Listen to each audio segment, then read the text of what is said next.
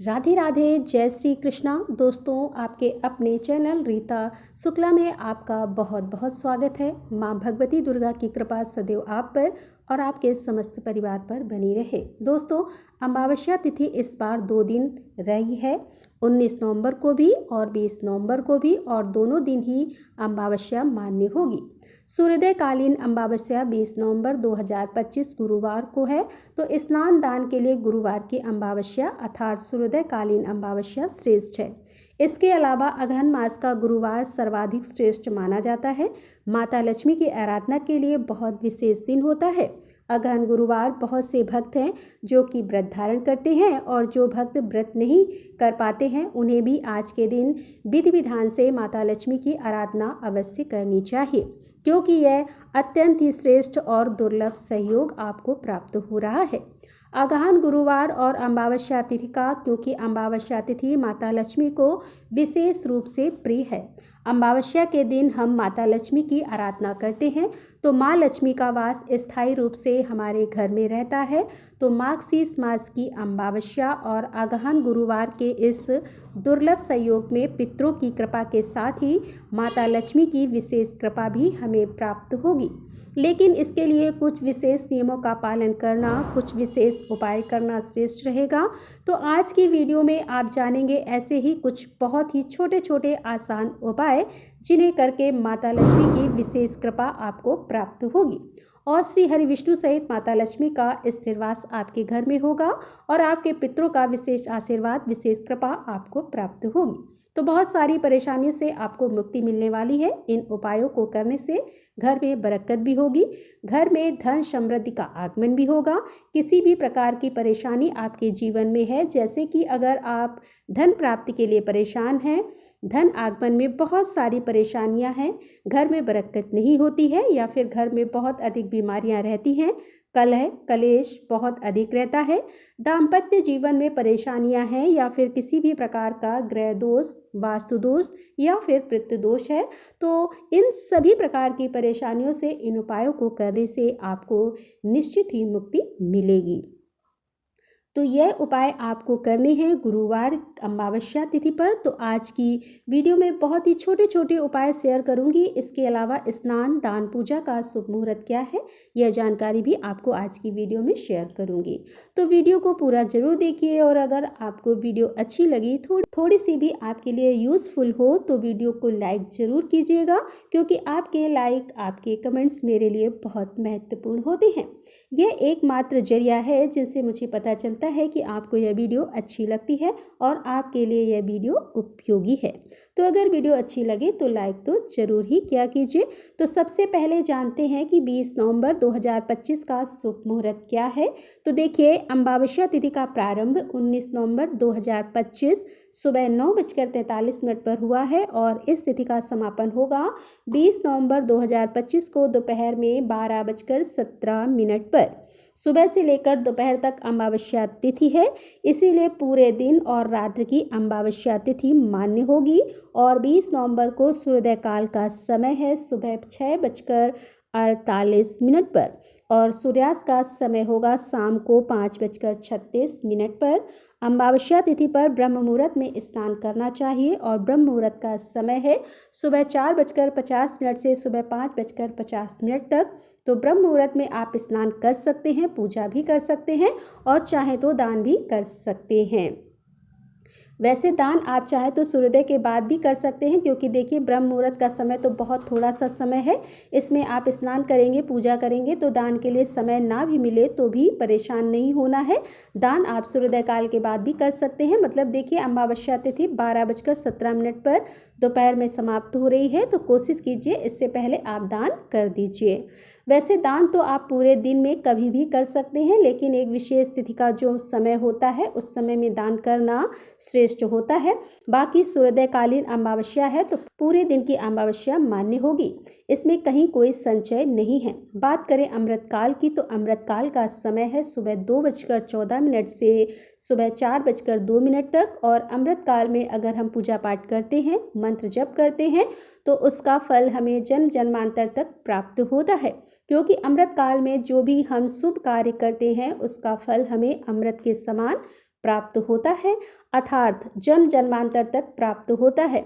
तो यह समय विशेष होता है। और अब बात करें अभिजीत मुहूर्त की, तो अभिजीत मुहूर्त सुबह 11:50 से दोपहर 12:34 तक रहेगा। अभिजीत मुहूर्त में भी कोई भी शुभ कार्य आप कर सकते हैं। अच्छा, एक विशेष योग बन रहा है सर्वार्थ सिद्धि योग, जो कि 20 नवंबर को सुबह 10:58 से 21 नवंबर 2025 को दोपहर में 1:55 तक रहेगा। तो मतलब 20 नवंबर को अमावस्या तिथि में पूरे दिन सर्वार्थ सिद्धि योग है, रात में भी सर्वार्थ सिद्धि योग रहेगा। यह बहुत ही शुभ योग है और सर्वार्थ सिद्धि योग में हम कोई भी कार्य करते हैं तो उसमें हमें सिद्धि मिलती है, सफलता मिलती है। तो इस बार जो अमावस्या है सर्वार्थ सिद्धि योग में है। तो आज के दिन अगर हम मंत्र जप करते हैं, पूजा पाठ करते हैं, कोई भी उपाय करते हैं और किसी भी कामना से करते हैं तो हमारी वह कामना पूर्ण होती है, हमारे मंत्र जप में सिद्धि मिलती है। कोई भी कार्य शुरू करते हैं तो उसमें हमें सफलता मिलती है। तो यह दिन बहुत महत्वपूर्ण है। अब एक ऐसा समय जिस समय में आपको कोई भी शुभ कार्य नहीं करना है और वह समय है राहु काल का। 20 नवंबर 2025 को दोपहर 1:33 से दोपहर 2:54 तक यह राहु काल का समय है। इस समय में कोई भी शुभ कार्य प्रारंभ नहीं करना है, लेकिन अगर आप पहले से कर रहे हैं तो बिल्कुल कर सकते हैं। और अब जानते हैं कि आज के दिन आपको क्या करना है, क्या नहीं करना है। तो देखिए, आज गुरुवार है, अमावस्या तिथि है, दुर्लभ संयोग है। तो इस दिन आपको क्या करना है? सुबह सबसे पहले आपको ध्यान रखना है, प्रातःकाल जल्दी उठना है। कम से कम इतना ध्यान जरूर रखिए कि आप सूर्योदय से पहले उठकर स्नान कर लें। गंगा जल मिश्रित जल से आपको स्नान करना है और स्नान के जल में चुटकी भर हल्दी अवश्य मिला लीजिए। इससे क्या होगा कि किसी भी प्रकार की नकारात्मक ऊर्जा दूर होती है, किसी भी प्रकार की आपकी परेशानी हो जीवन में समाप्त होती है, शुभता आती है। जीवन में विवाह की कामना हो, दाम्पत्य जीवन को सुखमय बनाना चाहते हो, या फिर संतान प्राप्ति की कामना हो, या फिर अगर आपके जीवन में किसी भी प्रकार से धन का अभाव है, संतान का अभाव है, या कोई भी परेशानी है ऐसी है जो कि बृहस्पति ग्रह से संबंधित है, तो हल्दी मिश्रित जल से स्नान करने से परेशानियों से मुक्ति मिल जाती है। तो हल्दी मिलाकर जल में आपको स्नान करना है। इसके बाद पीले रंग के वस्त्र धारण करके भगवान सूर्यदेव को जल देना है। सूर्यदेव को जल देते समय भी आपको जल में थोड़ी सी हल्दी अवश्य मिलानी है। हल्दी, रोली, थोड़े से चावल और आप चाहें तो कोई पुष्प हो अगर आपके पास तो पुष्प भी रख सकते हैं। और भगवान सूर्यदेव को जल देते समय या तो आप गायत्री मंत्र का जाप कीजिए, या आप चाहें तो ओम घृणी सूर्याय नमः इस मंत्र का भी जाप कर सकते हैं। इसके बाद अपने घर में विधि विधान से सभी देवी देवताओं की जो आप नित्य पूजा करते हैं पूजा कर लीजिए। आज भगवान श्री हरि विष्णु और माता लक्ष्मी की विशेष पूजा होती है। तो अगर आप अगहन गुरुवार का व्रत करते हैं तो व्रत का संकल्प ले लीजिए और विधि विधान से माता लक्ष्मी की आराधना कीजिए, भगवान श्री हरि विष्णु की पूजा कीजिए। और जो भक्त व्रत नहीं करते हैं उन्हें भी पूजा विधि विधान से करना है। बस आपको व्रत का संकल्प नहीं लेना है। पूजा करने के बाद घर के मुख्य द्वार पर आपको स्वास्तिक अवश्य बनाना है। थोड़ी सी हल्दी या फिर अष्टगंध ले लीजिए, उसमें थोड़ा सा गुलाब जल या फिर गंगा जल मिलाकर और घर के मुख्य द्वार पर दोनों तरफ स्वास्तिक बना दीजिए। और घर में भी आपको हल्दी मिश्रित जल का छींटा देना है पूरे घर में, मतलब जल में थोड़ी हल्दी मिलाकर और पूरे घर में छींटा दीजिए। घर के मुख्य द्वार पर, बालकनी में, छत पर, हर जगह पर। इसमें घर की नकारात्मक ऊर्जा दूर होती है। किसी भी प्रकार की निगेटिव एनर्जी अगर आपके घर में है, किसी की किए कराई का प्रभाव है, ग्रह दोष का प्रभाव है, वास्तु दोष है या फिर पितृदोष है, समस्त प्रकार के दोषों का निवारण हो जाता है हल्दी मिश्रित जल का छिड़काव अपने घर में करने से। तो यह कार्य आपको वैसे तो प्रत्येक बृहस्पतिवार को करना चाहिए, लेकिन अगर आप हर बार नहीं कर पाते हैं तो कम से कम अमावस्या, पूर्णिमा इन दिनों में अवश्य कर लीजिए। और एक चीज़ का ध्यान रखना है आपको, जैसे कि आप प्रातःकाल जल्दी उठते हैं तो सबसे पहले अपने घर के मुख्य द्वार की साफ सफाई अच्छे से कर लीजिए। घर में झाड़ू अवश्य लगा लीजिए, तभी आपको स्नान करना है। और घर में हल्दी मिश्रित जल का छिड़काव कीजिए। घर के मुख्य द्वार पर स्वास्तिक बना दीजिए। मुख्य द्वार की दीवार पर स्वास्तिक बनाना है, आपको नीचे नहीं बनाना है। इसके बाद घर के मुख्य द्वार के दोनों तरफ आपको थोड़ा थोड़ा कपूर अवश्य प्रज्वलित करना है, ठीक है। और अगर आप चाहें तो जैसे कि ब्रह्म मुहूर्त में उठते हैं तो स्नान करने के बाद, मतलब जब तक अंधेरा रहता है ना, तब तक आप चाहें तो दहलीज पूजन भी कर सकते हैं। दहलीज पूजन कैसे करते हैं इसकी जानकारी के लिए वीडियो चैनल पर अपलोड है, आप चाहें तो देख सकते हैं।